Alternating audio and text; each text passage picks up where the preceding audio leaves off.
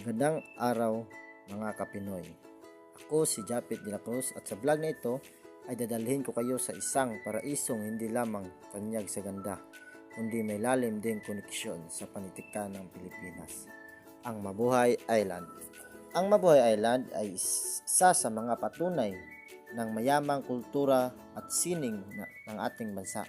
Tulad ng maraming isla sa Pilipinas, ito ay naging inspirasyon ng mga manunulat at makata sa paglikha ng mga tula, awit at alamat na nagsalaysay ng kagandahan ng kalikasan at kabayanihan ng mga Pilipino.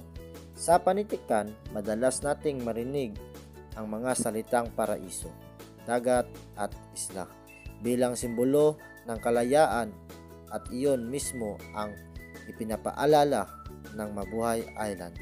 Ang mga tula at ang mga akdang nagsalaysay ng kagandahan ng ating kapuluan ay nagpapakita ng pag-ibig ng mga manunulat sa kalikasan.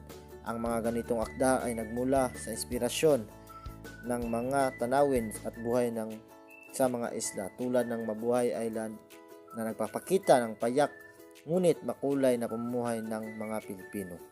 Ang ganitong mga lugar ay pinagmumula ng mga alamat at kwentong bayan na sinalaysay ng mga nakatatanda, isang anyo ng panitikang patuloy na naipasa sa bawat henerasyon.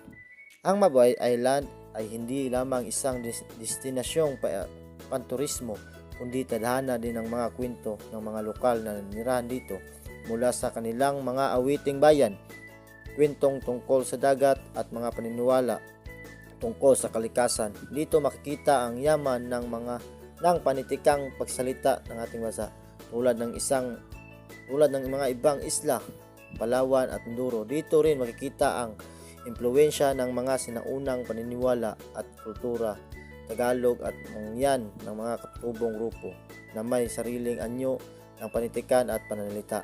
Para sa akin, ang Mabuhay Island ay isang paalala ng mga panitikan ay hindi lamang nabasa, ito ay nararasan sa bawat hampas ng alon at simoy ng hangin. Marinig natin ang tula ng kalikasan at kwento ng lahi. Kung patuloy nating mamahalin at iingatan ang lugar na tulad ng Mabuhay Island, patuloy ding mabubuhay ang inspirasyon ng mga makata, manunulat at mambasa ng bagong henerasyon. Ako po si Japit de la Cruz at ito ang Mabuhay Island, paraiso ng panitikan at kultura ng Pilipinas. Tandaan, habang may isang tulad nito, matiling buhay ang panitikan at ang ating bayan. Maraming salamat sa panonood. And